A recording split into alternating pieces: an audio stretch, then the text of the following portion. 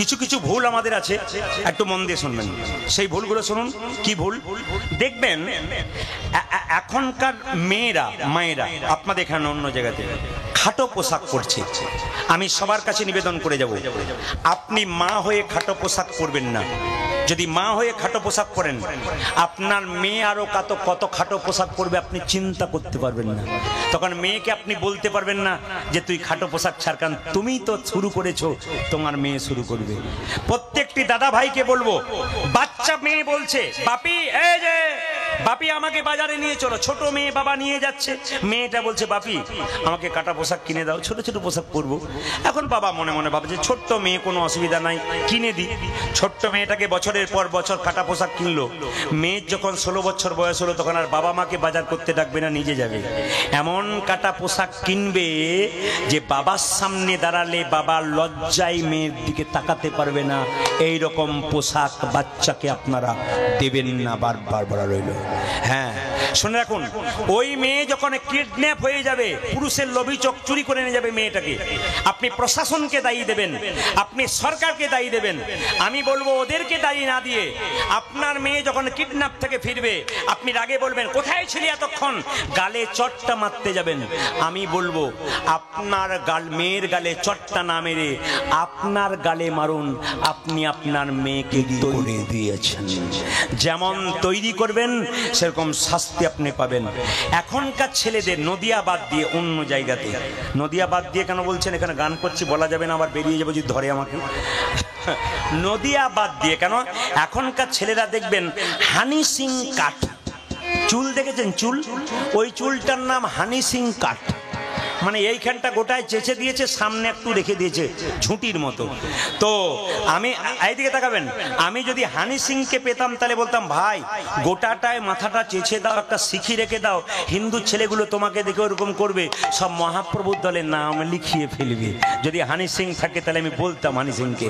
আবার দেখবেন এখনকার ছেলেরা এমন জিন্সের প্যান্ট পরছে তার 25 জায়গা ফাটা। তো আমি জিজ্ঞেস করি এই প্যান্ট এরকম কেন? এটা ডিজাইন বাবারে। আবার হাঁটুর কাছে এক খামচা করে নিয়েছে, হাঁটু দুটো দেখা যায়, কি অসভ্য বলুন তো। না না, আচ্ছা বলুন তো, ভদ্রলোকের ছেলে কিন্তু এটা করে না। এখন আর ভদ্র কিছু নাই, সব জলে তেলে মিশে গেছে আর কি। তো লক্ষ্য করুন, এমন জিন্সের প্যান্ট পরেছে চারিদিকে ফাটা। আমি যখন ছোট ছিলাম, খুব অভাব ছিল, খুব ছোটতে, তখন মা আমাকে প্যান্ট সেলাই করে দিত। আমি স্কুলে যেতাম, চার দিয়ে উঠতাম ছোট অবস্থায়, যাতে ফেটে না যায়।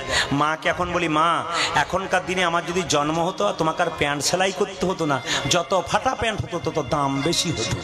এখন যদি আমি জন্ম নিতাম। আপনাদের কাছে নিবেদন রইল বাবা, এইগুলোকে কিছু বাদ দিতে হবে, নইলে সমাজ ভালো হবে না।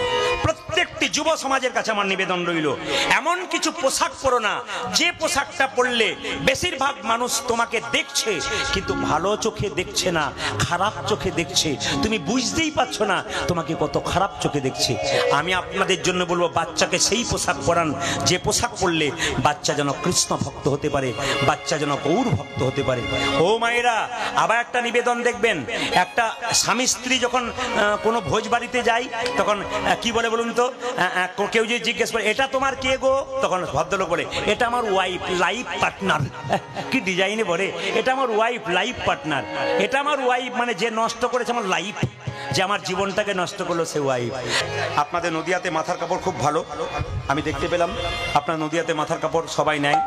দাদারা বলছে কত যে নেয়, বাড়ি না গেলে বুঝতে পারবেন না, গিয়ে দেখবেন কত নেয়। হ্যাঁ, বুঝতে পারছি। আচ্ছা, একটা কথা মনে রাখবেন মায়েরা, মাথার কাপড়টার নাম কি বলুন তো, এইদিকে দিকে, মাথার কাপড়টার নাম কি? এটার নাম সভ্যতা।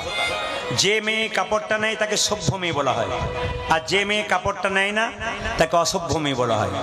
আমি কালকে বলেছিলাম সমাজের কিছু খারাপ জিনিস আছে যেগুলো আমি তুলে ধরবো, আপনারা ঠিক করবেন। আপনারা দেখবেন যুক্তি আছে কিনা। দাদা ভাইরা যারা দূর থেকে শুনছেন, যারা ভেতরে শুনছেন, মন দিয়ে শুনবেন। মাথার কাপড়টা আগে নিত, এখন নেয় না। আমার মায়ের মা বেঁচে ছিল 95 বছর বয়স, মাথার কাপড় এখানে, মুখ দেখতে পেতাম না। আমার মা বেঁচে আছেন 75 বছর বয়স, আমার মায়ের মাথার কাপড়টা এখান থেকে কোনোদিন সরে না। এইখানেই থাকে। আমার কাকিমাকে দেখেছি 65, সরতে সরতে খোঁপা মানে বাম্পার পর্যন্ত এলো। আপনারা হাইওয়ে করবেন না, বাম্পার টাম্পার রাখবেন একটু, বাম্পার রাখলেও পারা যায়। আগে ভাসুর দেখলে মেয়েরা পর্দা নিত না, জোরে বলুন। আগে ভাসুর দেখলে মেয়েরা পর্দা নিত, এখন আর নেয় না কেন বলুন তো? যেদিন থেকে ভাসুর হলো বর্দা সেদিন থেকে সরে গেল পর্দা। যেদিন থেকে ভাসুর বর্দা হয়ে গেছে সেদিন থেকে পর্দা সরে গেছে। আপনাদের কাছে একটা নিবেদন রইল, যে যেখানে বসে আছেন, যেদিন থেকে ভাসুর হলো বর্দা সেদিন থেকে সরে গেল পর্দা। আচ্ছা, একবার প্রেম সে সবাই মিলে উলুধ্বনি দিন জোরে, নিতাই গৌর হরি হরি বল। আচ্ছা,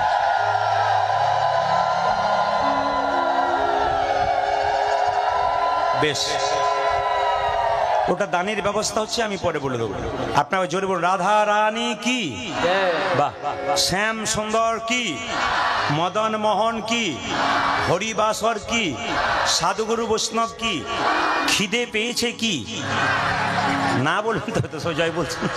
জোরে বলুন, রাধা রানী কি, শ্যাম সুন্দর কি, মদন মোহন কি, হরিবাসর কি। আচ্ছা, এবার বলে রাখি। আচ্ছা, কিছু কিছু ভুল আমাদের আছে, আপনাদের কাছে নিবেদন রইল, যে যেখানে বসে আছেন একটু প্রেম সে হাত তুলে রাধা গোবিন্দকে তো জাগাবেন।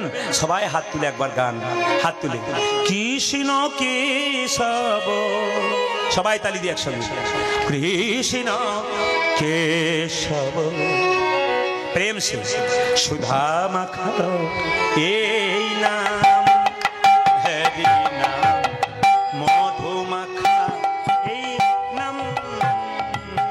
উলুধ্বনি, হাত তালি, প্রেম কৃষ্ণ কেশব, হ্যাঁ হ্যাঁ, কৃষ্ণ কেশব শুধু হরি নাম, হরি নাম মধু মাখা এই নাম। আমি বলবো, যার হাত আছে তিনি তুলবেন, যার নাই তার তোলার দরকার নাই। যাকে গোবিন্দ হাত দিয়েছে হাত তুলুন, একবার অ্যান্টেনা সোজা করে দেখিয়ে দিন ভগবানকে যে প্রভু হাত আমাদের আছে। একসঙ্গে তালি দেবেন আনন্দে, কৃষ্ণ কেশব কৃষ্ণ কেশব সুধা মাখা এই নাম, হরি নাম মধু মাখা এই নাম, নাম নাম। উলুধ্বনি, হ্যাঁ, কৃষ্ণ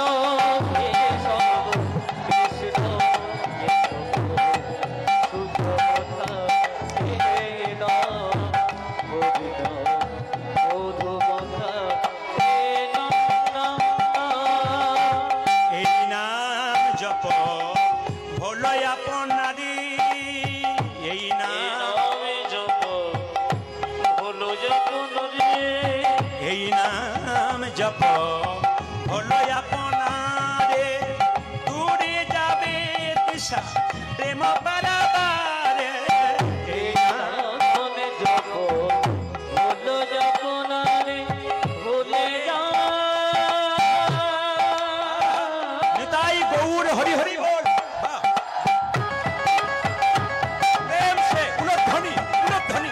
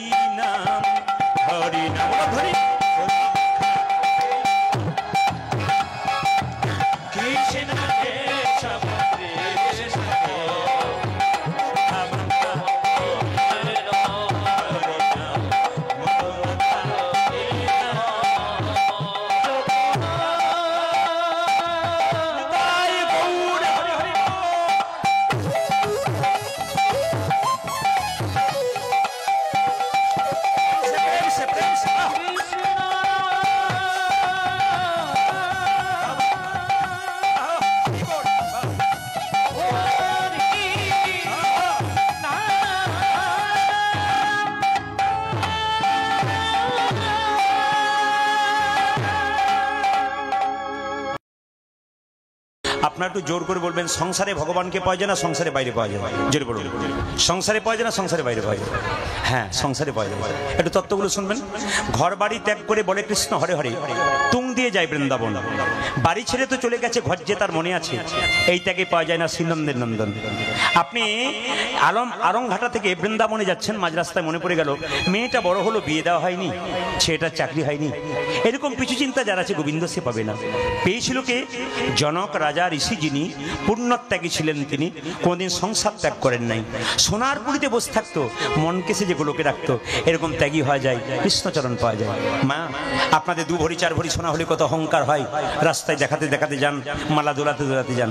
কিন্তু সীতার বাবা জনক রাজা যে বাড়িতে বাস করতো, চমকে যাবেন, গোটা বাড়িটা সোনা দিয়ে মোড়া। অহংকার ছিল না, কেন? মনটা যে তার গোবিন্দের প্রতি ছিল। আপনার সোনা থাকবে, টাকা থাকবে, বাড়ি থাকবে, এগুলো তো কিছুক্ষণের জন্য। যে সোনা আপনি পড়ে আছেন, আপনার দেহ থেকে প্রাণ বেরিয়ে গেলে আপনার বাড়ির লোকে আপনার সোনা নিয়ে ভাগাভাগি করবে। আপনি সেদিন দেখবেন আপনার আমার আপন বলতে কেউ নাই, আপনার সোনার দিকে তাকিয়ে আছে, কখন আপনি মরবেন, মরলে আমার হয়ে যাবে, এই অপেক্ষা করে আছে। যেমন ভোজবাড়িতে একজন উঠলে আর একজন অপেক্ষা করে থাকে, উঠলেই আমি বসবো, এবং আপনার সোনা দেখে আরেকজন ভাবে এ মরলেই আমি পড়বো। এ কিন্তু মাথায় রাখবেন, এটা সত্যি কথা, বাস্তব কথা বললাম, এই জন্য মনে রাখবেন আপনারা। আর কি বললো? পাকাল মাছ পাকে থাকে, তুলে দেখো পাকাল মাছকে। বড় হয়েছে যে পাক খেয়ে, কিন্তু পাকাল মাছের গায়ে কোনো পাকের দাগ লাগে নাই। বড় বড় 5 কেজি 10 কেজি পাকাল মাছ পাকের মধ্যে থাকে, কিন্তু তার শরীরে কোনো পাকের দাগ থাকে না। আপনার সংসার পাকাল মাছে, যারা ভক্ত পাকাল মাছ, সংসার পাকে হাবুডুবু খাচ্ছেন, যারা কৃষ্ণ কথা হরি কথা বলেন, তাদের শরীরে কোনোদিন দাগ থাকে না, কি পাকের মানে দুঃখের ছাপ থাকে না। পদ্মপাতা জলে ভাসে, যখনই বর্ষা আসে, বর্ষার জল লাগে পদ্মপাতার গায়ে, কিন্তু তুলে দেখো পাতাখানা, পদ্মের গায়ে দাগ লাগে না। এরকম যদি ত্যাগী হয়ে যায়, ভগবান শ্রীকৃষ্ণের চরণ পাওয়া যায়। আপনার সেভাবে করবেন, পদ্মপাতার উপরে বর্ষার জল পাই, কিন্তু বর্ষার জল পেলেও পদ্মপাতার গায়ে দাগ লাগে না। যারা ভক্ত পদ্মপাতা, দুঃখের ছাপ শরীরে উঠবে, কিন্তু কোনোদিন দুঃখের ছাপ থাকবে না, কেন? পদ্মপাতার মতো চিরকাল পবিত্র থাকবেন। আমি শুধু আপনাদের বলতে চাই, কীর্তন এরকম হওয়া দরকার, মানুষের শিক্ষা হওয়া দরকার, মানুষের চৈতন্য হওয়া দরকার। আমি যখন প্রথম কীর্তন শিখেছিলাম, আমি তো অনেক ছোট থেকে কীর্তন ভালোবাসতাম, কীর্তন প্রেমী আমি, কীর্তনকে ভালোবাসি, কীর্তন শুনতে ভালোবাসি। আমি ইংরেজিতে এমএ করেছিলাম, আমরা 7 জন বর্ধমান থেকে, তার মধ্যে 6 জন এখন স্কুলের শিক্ষক শিক্ষিকা, একজন মেয়ে স্কুলে এই কলেজের প্রফেসর, এগুলো সব আমার বন্ধু বান্ধবী। তারা যখন, আমি ওদের মধ্যে সেকেন্ড ছিলাম, ওরা আমাকে, আমি যখন কীর্তন শুরু করলাম, তখন আমার কীর্তন খুব একটা চলে না, স্টার্ট করেছি এত, তখন ওরা আমাকে ফোন করে ঠাট্টা করে বলে, প্রদীপ আমরা চাকরি করলাম সরকারি, আর তুই কি করলি? তখন আমি বললাম, তোরা তো সরকারের চাকর হলি, আর আমি এমন একজনের চাকর হলাম, যার জন্য এত এত সাধুগুরু বৈষ্ণবের চরণ আমি লাভ করতে পারলাম। এখন এখন এখন তারা আমাকে ফোন করে বলে, এখন তারা আমাকে ফোন করে আসতে, এখন তারা আমাকে ফোন করে বলে, প্রদীপ আমরা জীবনে একবার মালা পড়েছি রে, আর তুই প্রত্যেক দিন মালা পড়ছিস। ওরা একবার জীবনে মালা পড়েছে, আমি প্রতিদিন মালা পড়ি। একটা বন্ধু তো কাঁদিতে মাস্টারি করে, প্রায় আমার কাছে যায়, খালি বলে আমার মনে হয় এবার শুরু করি, বলে এ জন্মে আর হবে না, পরের জন্মে এক চান্স দেখবি আর কি। ওই স্কুলের হাই স্কুলের টিচার, কিন্তু ওর খালি ইচ্ছা তোর মতো শিখবো। আমার যিনি প্রফেসর বান্ধবী, তিনি বারবার বলেন, আমাকে একটা এলাকার লোক চেনে রে, আর তোকে গোটা বিশ্বের মানুষ চিনছে, যেখানে বাঙালি আছে, হিন্দু আছে, ইউটিউবের মাধ্যমে তুই যাচ্ছিস, এটা আমাদের গর্বের বিষয়, তুই আমাদের বন্ধু হয়ে গেছিস। আপনাদের কাছে নিবেদন রইল যে শিক্ষিত হয়েও আমি ওই পথে না গিয়ে আমি এই পথে এলাম, কেন না আপনাদেরকে কৃষ্ণ ভজনের পথটা শুরু করার জন্যে। আপনারা মানুষ হয়ে যান, কৃষ্ণ ভক্ত হয়ে যান, প্রত্যেকটি এলাকায় গিয়ে যেন বাড়ি বাড়ি কৃষ্ণ ভক্ত তৈরি করতে পারি। আজকে প্রচুর মেয়েরা ফোন করে করে বলে আমার জীবন পাল্টে দিলেন, রান্না করতে করতে শুনি, টিভি সিরিয়াল দেখি না। আজকে একজন প্রফেসর ফোন করেছে, সে হচ্ছে আন্দামান নিকোবর দ্বীপপুঞ্জে। উনি বলছেন আপনি দেখবেন দ্বীপে দ্বীপে, সমুদ্রে 250 কিলোমিটার জলের উপর একটা করে দ্বীপ আছে, ওই দ্বীপে দ্বীপে মানুষ টিভি বন্ধ করে দিয়েছে, আপনার অনুষ্ঠান দেখছে, আপনাকে ফলো করছে। আপনি একবার আসুন, এখানে সমস্যার কথা আপনাকে বলবো, সমাধান করার চেষ্টা করুন। মহাপ্রভুর কৃপা যদি থাকে, মহাপ্রভুর আশীর্বাদ যদি থাকে, আপনাদের আশীর্বাদ যদি থাকে, নিশ্চয় হরি কথা কৃষ্ণ কথা বলতে পারবো। মায়েরা সংসারে থেকে ভগবানকে ভজনা করবেন কিরকম, একটু তালি দিয়ে আপনারা গাইবেন, আমি বলে দেবো। হাতে করো কাম, তালি, হাতে করো কাম, আরে মুখে বলো হরি, মানব জন্ম তোমার যাইবে গোতরি, তালি। হাতে করো কাম, মুখে বলো হরি, মানব জন্ম তোমার যাইবে গোতরি। এই যে হাতে করো কাম, আরে মুখে বলো হরি, মানব জন্ম তোমার যাইবে গোতরি। হরি বল।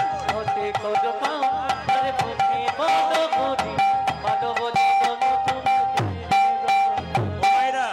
হিন্দুদের দেখবেন দুটো হাত আছে আর একটা হাত আছে তিনটে, সেটার নাম কি? অজু হাত। কি বলুন তো? যদি দেখবেন বাজার যাবে, নাচ গান শুনবে, অন্য কিছু শুনবে, হরিনাম শুনতে, দাদা কীর্তন শুনতে যাবে না, আর বলো না আমার সময় নাই। আবার অনেকে বলে দুঃখ করে, আমার মতো হতভাগাকে কি ভগবান ডাকে গো। এদিকে বাজারে থলেটা নিয়ে যাও, তখন তো বলো না আমার মতো হতভাগী বাজার ডাকে গো। দিব্যি তখন চলে যায়। মায়েরা তালে তালে হাতে করো কাম আর মুখে বলো হরি, মানব জন্ম তোমার দিবে করি। তালি হাতে মুখে বলো হরি, মানব জন্ম তোমার যাইবে করি। ও মাইরা, যারা বলে আমাদের সময় নাই, তাদের জন্য রামকৃষ্ণদেব বলেছে এক কাজ করো, যদি তোমাদের কৃষ্ণ ভজনের সময় নাই, তাহলে যখন ঝাঁট দেবে বাড়িতে এইভাবে ঝাঁট দেবেন, হরে কৃষ্ণ কৃষ্ণ কৃষ্ণ হরে হরে, হরে রাম রাম রাম হরে। হরে কৃষ্ণ কৃষ্ণ কৃষ্ণ হরে হরে, হরে রাম রাম রাম হরে হরে। হরে কৃষ্ণ কৃষ্ণ কৃষ্ণ হরে হরে, হরে রাম রাম রাম হরে হরে। হরে কৃষ্ণ কৃষ্ণ কৃষ্ণ হরে হরে, হরে রাম রাম রাম বলো হাতে করো কাম আর মুখে বলো হরি, মানব জন্ম তোমার যাইবে গোতরি। হাতে করো কাম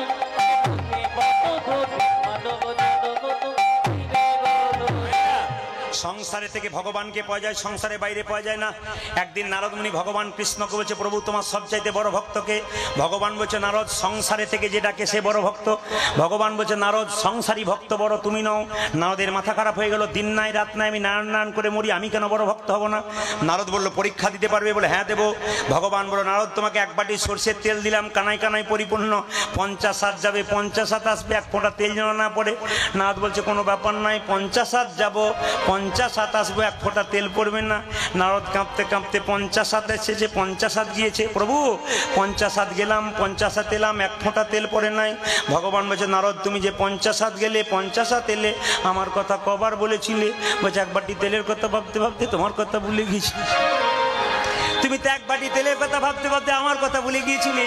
একজন সংসারী ভক্ত তেলের কথা ভাবে, ডালের কথা ভাবে, চালের কথা ভাবে, তারপর আমার কথা ভাবে। তালে তালে হাতে করো কাম আরে মুখে বলো হরি, মানব জন্ম তোমার গাইবে গোতরি। হরি বল। হাতে করো কাম আরে মুখে বলো হরি, মানব জন্ম তোমার যাইবে গোতরি। এই যে হাতে করো কাম আর মুখে বলো হরি, মানব জন্ম তোমার গাইবে গোতরি। হাতে করো কাম আরে মুখে বলো হরি, মানব জন্ম যাইবে গোতরি। হাতে করো কাম আরে মুখে বলো হরি, মানব জন্ম তোমার যাইবে গোতরি। মায়েদের ভগবান ভজনা কেমন ছিঁড়ে আউলি ছিঁড়ে ভানার মতো। আচ্ছা মায়েরা ঢেকি দেখেছেন? জোরে বলুন, জোরে বলুন। হ্যাঁ না না বাবারে, কেউ বাদ দেয় নেই। আচ্ছা ঢেকি দেখেছেন তো? এখন আছে না? আচ্ছা আমাদের দিকে নেই। আমি কিন্তু আজকে চলে যাব, কিন্তু কার বাড়িতে ঢেকি আছে হাত তুলে বলবেন, কাছাকাছি আমি একবার দেখে যাবো। আচ্ছা এইদিকে তাকান। মায়েরা ঢেকিতে যে হাত দেয় তার টেনশন বেশি না যে পা দেয় তার টেনশন বেশি? জোরে বলুন। যে হাত দেয় দেখবেন কথাটা উল্টে দেবো এখনই। এখনই আপনার বলবেন পা দেয় তার হাত, তার টেনশন বেশি। বলবো এরা বলছে যে হাত দেয় তার টেনশন বেশি। আচ্ছা বলুন তো, মেয়ে যদি হাত দেয় গর্ততে, মা যদি পা দেয়, কার টেনশন বেশি? কার টেনশন বেশি? মায়েরটা। আর মা নয়, যে যা হয় যা যা, তোর যা হবে হোক না কেন, যা যা যদি হয়। মায়েদের ভগবান ভজন রামকৃষ্ণদেব বলল, চিড়ে আউলির চিড়ে ভানার মতো বাচ্চাকে কোলে করে স্তনপান করায়। একদিকে এদিকে একদিকে ছেলেকে স্তনপান করায়, একদিকে খরিদ্দারের সঙ্গে কথা বলে, আজকের 5 কালকের 5 হলো তোমার 10। একদিকে হাতটা তালে তালে রাখে। আপনার ছেলেকে দেখবেন, মেয়েকে দেখবেন, স্বামীকে দেখবেন, আর মন রাখবেন গোবিন্দ চরণে। তবে আপনাদের এই নদিয়াতে একটা ভালো জিনিস শুনলাম, এখানে স্বামী স্ত্রীতে কোনোদিন ঝগড়া হয় না। না না, এখানে কোনোদিন ঝগড়া হয় না। দাদারা মনে মনে ভাবছে একটু সমাধান করে যান। বলে বাড়ি বাড়ি সব জায়গাতেই আছে, কি করবেন, উপায় নাই। কেউ ভালো কেউ মন্দ। কিছু মনে করবেন মিলছে কিনা? দাদা ভাইরা আপনাদের জন্য বলি, মিলছে কিনা একবার দেখবেন তো। বাবা, বয়স্ক বাবারা যারা আমার বাবা বয়সে আছে, মিলছে কিনা দেখবেন তো। আপনাদের স্ত্রীরা বলে না, এখনকার যারা নতুন এসছে কি বলে বলুন তো। দেখবেন 3টে ডায়লগ কমন আছে মেয়েদের। বলবো না, বাদ দিয়ে দেবো। দু চারজন বলছে আবার দু চার মানে বয়স্ক মায়ের বলছে, বলুন বলুন অসুবিধা নাই, বললেই কাজ, যা গন্ডগোল চলছে বাড়িতে। একটু বলে দিই আপনাদের, মেয়েদের তিনটে কমন ডায়লগ কি বলুন তো, কথা এইদিকে এইদিকে কমন ডায়লগ কি বলুন তো। মেয়েরা বলে স্বামীকে, আমার মতো মেয়ে বলে তোমার সঙ্গে সংসার করছে, অন্য মেয়ে হলে দেখতে কোন দিন চলে যাবে। মিলছে মিলছে, জোরে বলুন হ্যাঁ না মিলছে। আর একটা ডায়লগ আছে, বলে দিই একটা ডায়লগ, এই ছেলে মেয়েগুলো রয়েছে বলে ওদের মুখ তাকিয়ে আছি, কোন দিন চলে যেতাম। মিলছে না? না আমার ঘরে হয় না ওটা, আপনার ভাববেন আপনার ঘরে হয় না। ও আমরা কীর্তন করে 365 দিনের মধ্যে 320 দিন বাইরে থাকি, তাহলে বলতেই পারে এই ছেলেগুলোর জন্য আছি নইলে চলে যেতাম। না না বলে না, ও তো একবারে রেডি হয়ে এসেছে, মানে জেনে শুনে এসেছে এই রাস্তা আছে, একে যেতে হবে, উপায় নেই, এরা বলে না। এইবার বলি আর একটা ছোট্ট কথা আপনাদের বলে যাই, দেখবেন মেয়েদের একটা কমন ডায়লগ, সেটা কি বলে রাখি, শুনে রাখবেন। দেখবেন বিয়ে বাড়ি যদি যায়, স্বামী যদি বলে হ্যাঁ গো আষাঢ় মাসের 2 তারিখ একটা বিয়ে আছে, তাহলে চলো, তোর মেয়ের বলে আমার তো ভালো শাড়ি নাই, মানে এত দিলেন তবু আর দিতে পারলেন না। না মায়েরা, এই কথাটা বললাম কেন, সংসারে শান্তি আনার জন্যে অ্যাডজাস্ট করতে হবে। রাধা গোবিন্দের যে প্রেম, রাধারানী যে কৃষ্ণকে ভক্তি করেছিল, আপনার রাধা গোবিন্দকে যুগলে ভজন করুন। এখানে যুগল কিশোরের মন্দির আছে, যুগল কিশোর মন্দির কি, জোরে যুগল কিশোর মন্দির কি, যুগল কিশোর মন্দির কি। সবাই প্রেম সে একসঙ্গে একসঙ্গে রাধা গোবিন্দ, রাধারানীকে গোবিন্দ সাজিয়ে দিচ্ছে। বামি উড়ে বসালো, বামি উড়ে বসালো, উড়ে বসালো, উড়ে বসালো, ধনীকে সাজাবে বলে বামি উড়ে বসালো, ধনীকে সাজাবে বলে উড়ে বসালো, ধনীকে সাজাবে বলে বামি উড়ে বসালো, ধনীকে সাজাবে বলে উড়ে বসালো। রানীকে সুন্দর করে সাজিয়ে দিলেন। শেষে কি করলেন মায়েরা, চরণে যাবকের চিহ্ন, স্বয়ং ভগবান রাধারানীর চরণে আলতা পরিয়ে দিল। রাধারানী কেঁদে কেঁদে বলছে, ললিতারি আমি হলাম আলা ভোলা গোয়ালিনী, আমি কৃষ্ণ ভজনার কিবা জানি, কত যোগী কত মুনি কত ঋষি কতদিন ধরে গোবিন্দ চরণে পাবার জন্য সাধনা করলো, কিন্তু স্বয়ং গোবিন্দ আমার চরণে যাবকের চিহ্ন দিয়ে দিল। আমার গোবিন্দ আমায় কত ভালোবাসে, প্রাণ গোবিন্দ রাধারানীর চরণে যাবকের চিহ্ন মানে আলতা পরিয়ে দিল।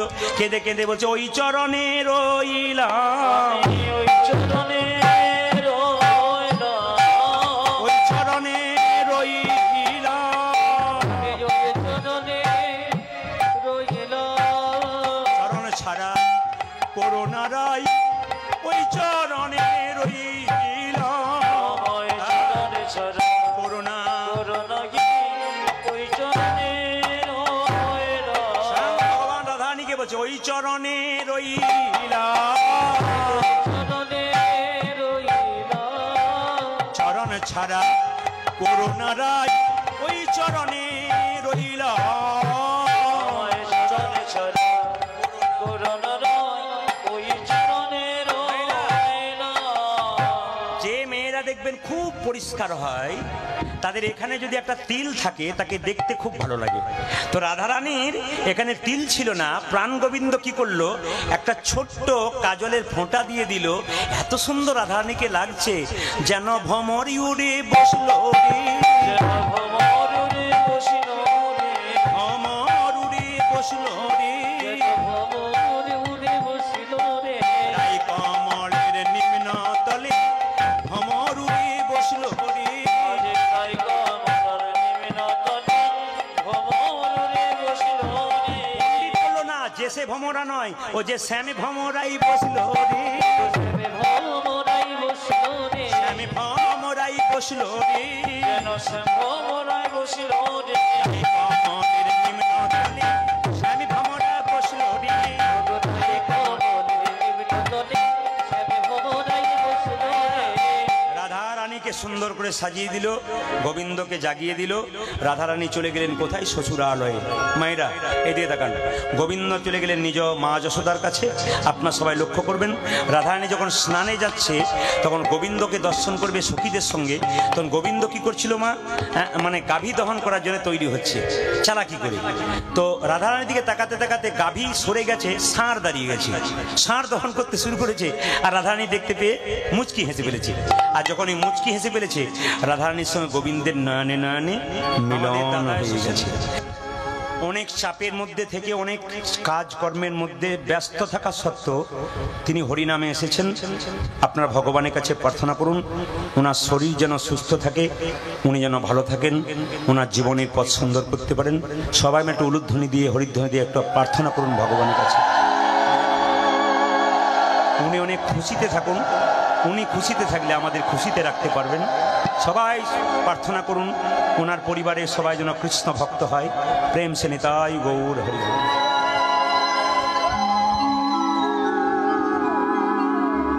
হরে কৃষ্ণ।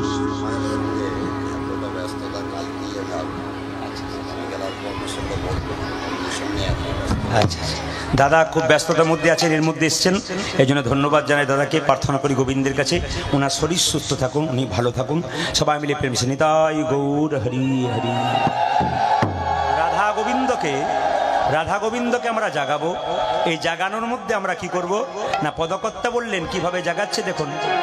শারীর বচনে সুখী করে চারু ধরি, জাগিয়া বসিল আমার উলুধ্বনি রাধা বিনোদিনী। শারীর বচনে সুখ করে চারু ধরি, জাগিয়া বসিল আমার রাধা বিনোদিনী। শারীর বচনে সুখ করে চারু ধরি, জাগিয়া বসিল আমার রাধা বিনোদিনী। শারীর বচনে সুখ করে চারু ধরি, জাগিয়া বসিল আমার রাধা বিনোদিনী। জাগিয়া বসল রে, জাগিয়া বসল রে, জাগিয়া বসল রে, জাগিয়া বসল রে, রাই ধ্বনি আমার জাগিয়া বসল রে।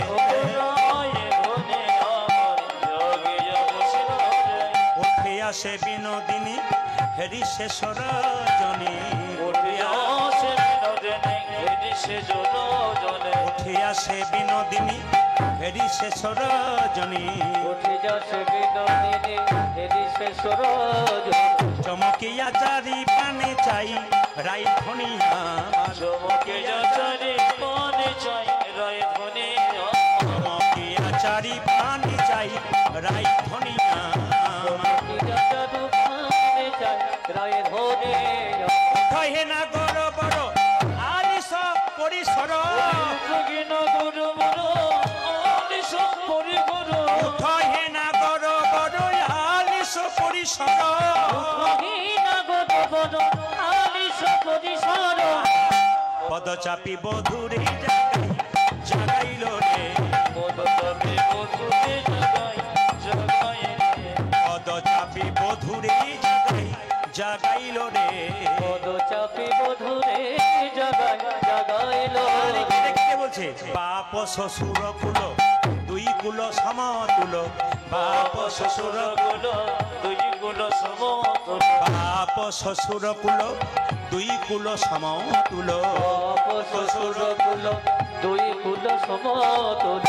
আবার কুলের কামিনী কামিনী রে, আবার কুলের কামিনী কামিনী রে, আবার কুলের কামিনী কামিনী রে, আবার কুলের কামিনী কামিনী রে। হেন গোকুলের লোকে হেন বিলাই যদি দেখে, হেন গোকুলের লোকে হেন বিলাই যদি দেখে, হেন গোকুলের লোকে হেন বিলাই যদি দেখে, গোকুলের লোকে হেন বিলাই যদি দেখে, বলিয়া বলিবে বচন বচন রে, বলিয়া বলিবে বচন বচন রে, বলিয়া বলিবে বচন বচন রে, বলিয়া বলিবে বচন বচন। একবার উঠে বসো রে, তুমি একবার উঠে বসো রে, একবার উঠে বসো, আমার ঘরে যাবার সময় হলো, একবার উঠে বসো হে, ঘরে যাবার সময় হলো, একবার উঠে বসো, আমার ঘরে যাবার সময় হলো, একবার উঠে বসো হে, ঘরে যাবার সময় হলো, একবার উঠে বসো। রানী কেঁদে কেঁদে বলছে এবার আমার দাও হে বিদায়, ঘরে যাবার সময়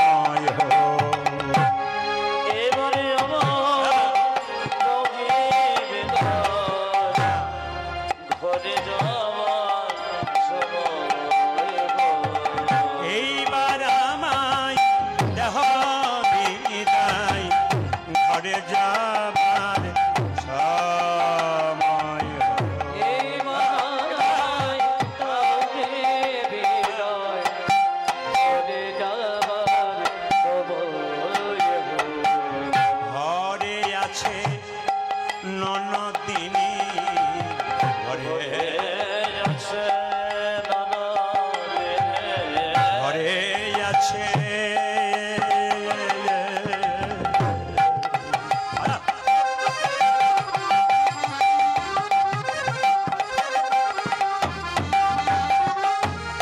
ঘরে যাচ্ছে ননদিনী সে যে কৃষ্ণ বিবাদিনী ঘরে যাচ্ছে ননদিনী সে কৃষ্ণ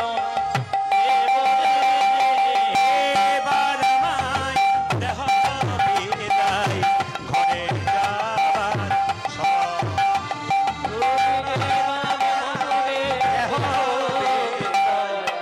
ঘরে বেশ রাধারানী তো কাঁদছে, আমি ঘরে যাব, আমাকে সাজিয়ে দাও। রাধারানীকে সাজিয়ে দেবে গোবিন্দ। তার আগে আপনাদেরকে একটা ছোট্ট কথা বলি।